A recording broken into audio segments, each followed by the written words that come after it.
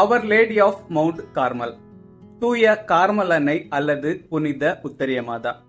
பாலஸ்தீன நாட்டின் மேற்கு பகுதியில் உள்ள மத்திய தரைக்கடலுக்கு அருகிலுள்ள மலைதான் கார்மல் மலை. கிபி 12 மற்றும் 13ஆம் நூற்றாண்டுகள்ல சில துறவிகள் இந்த மலையில போய் வன வாழ்க்கை வாழ்ந்திருக்காங்க. அங்க அன்னை மரியாவுக்கு ஒரு ஆலயத்தை கட்டியிருக்காங்க.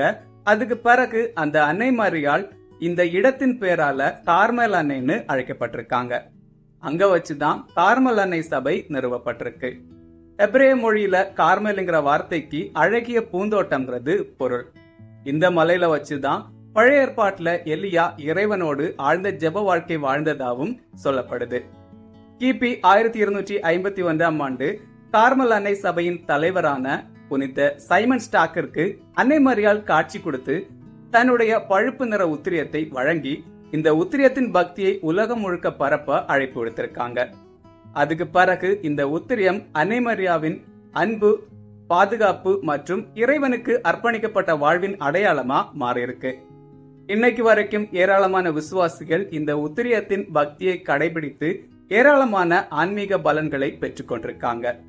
புனித கார்மல் அன்னை சிலி நாட்டின் பாதுகாவலியாக சிறப்பிக்கப்படுறாங்க. இந்த திருவிழா கார்மல் அன்னை சபையினரால ரொம்பவும் விமரிசையா கொண்டாடப்பட்டு வருது.